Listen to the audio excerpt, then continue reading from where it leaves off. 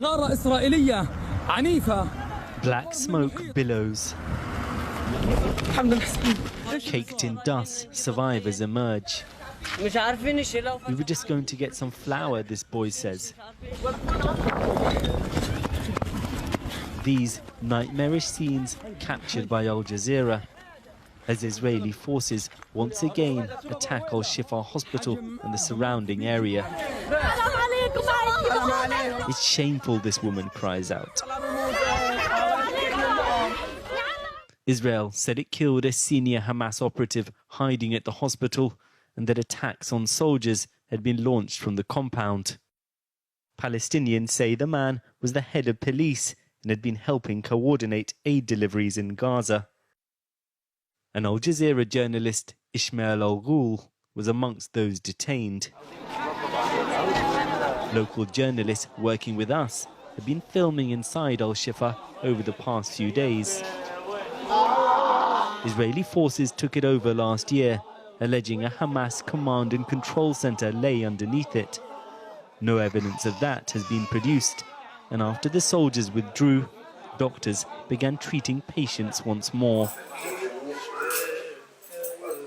Amongst them, 16-year-old Rafiq and his younger sister Rafif. Both have had amputations after being hit by an Israeli strike that killed their siblings and their mother.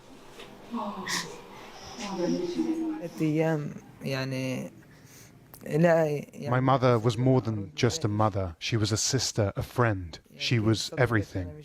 I wish she could come back, because when I lost her, I lost my life.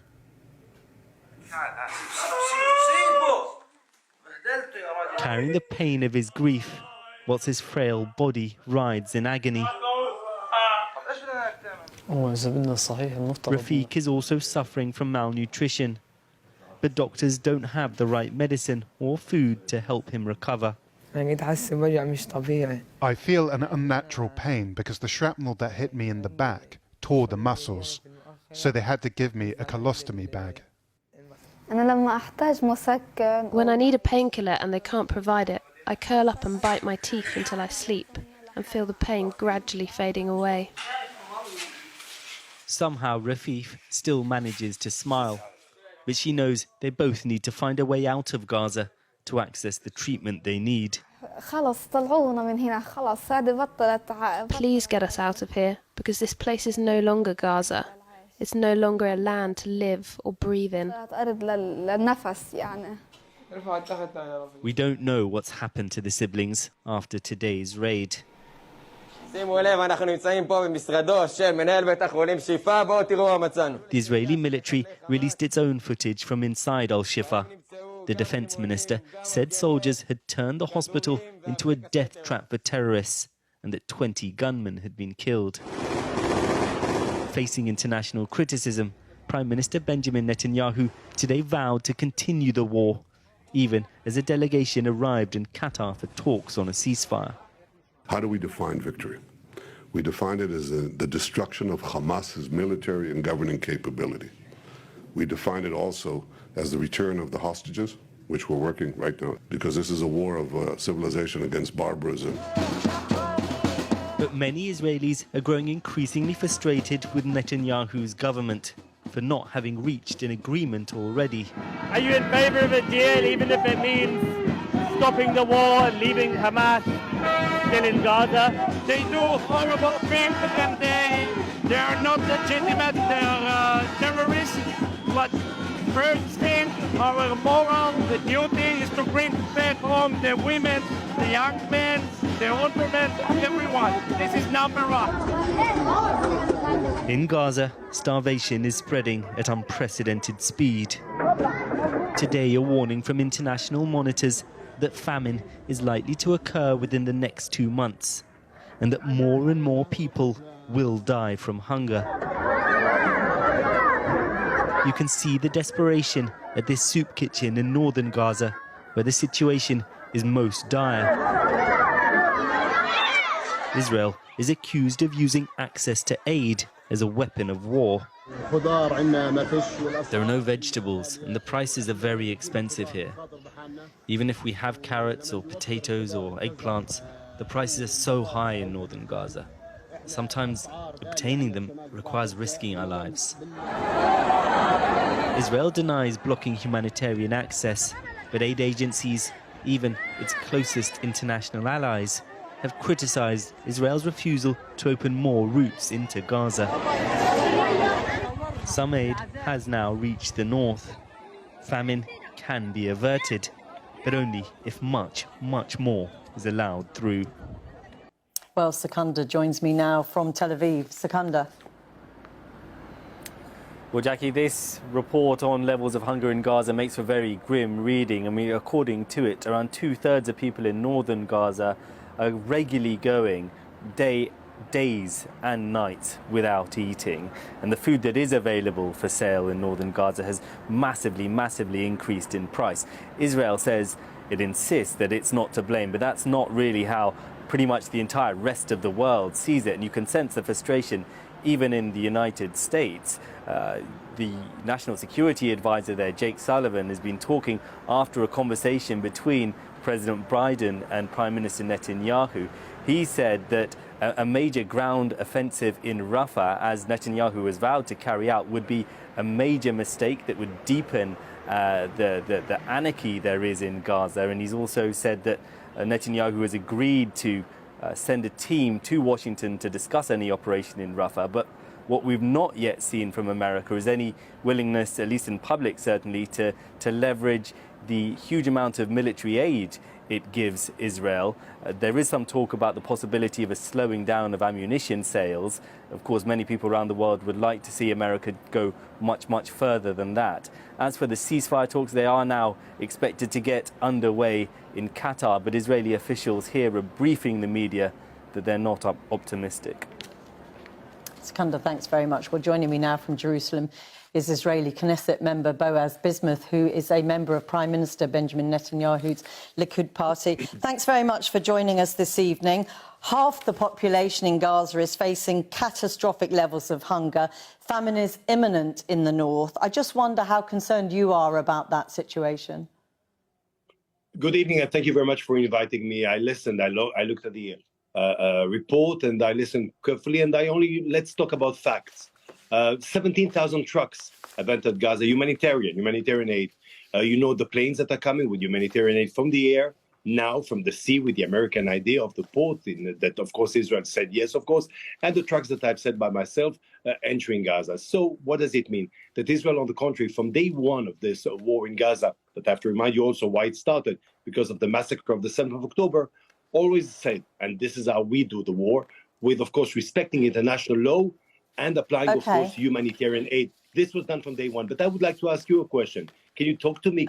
Have any questions concerning starvation among our hostages? We're not even visited yet, 134.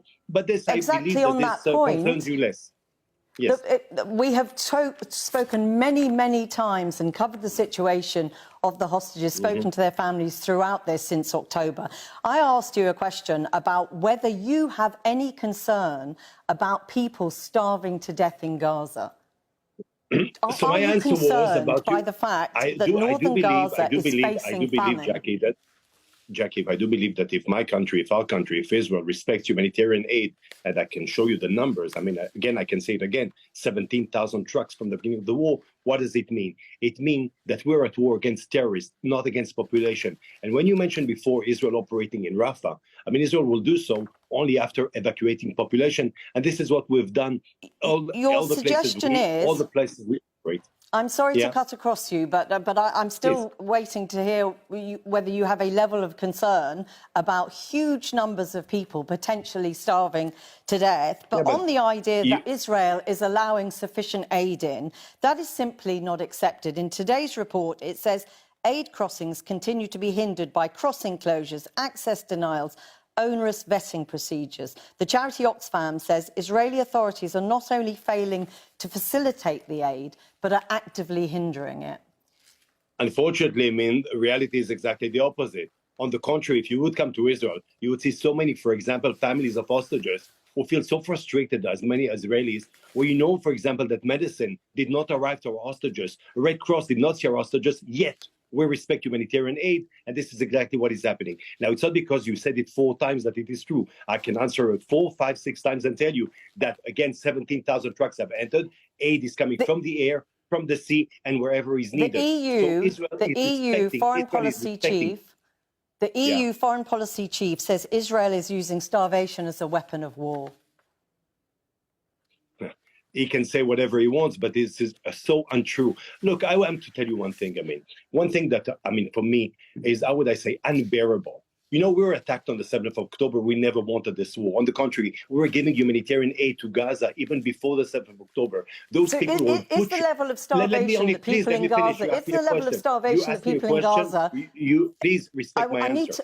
People that were butchered are people that were giving aid. I just would like to understand, is the level of starvation people are facing acceptable because of what happened? All the responsibility of what is happening in Gaza right now, madam, is due to Hamas. You know that this war and starvation that you call that, of course, we're not responsible, and we do our best in order to make sure that population is not suffering, and this is why we allow humanitarian aid, and we're doing it from day one. Yet, this war, and President Biden said it himself, this war can be over in exactly 1 minute and 30 seconds if Hamas stops the war, gives up, of course, leaves Gaza, and brings back our hostages, and the war is over. If I may, a couple of months ago you spoke, I saw an interview you did talking about how much support you had from across the West. The truth is that support is waning, isn't it? You have the EU senior diplomat accusing you of starving people as a weapon of war.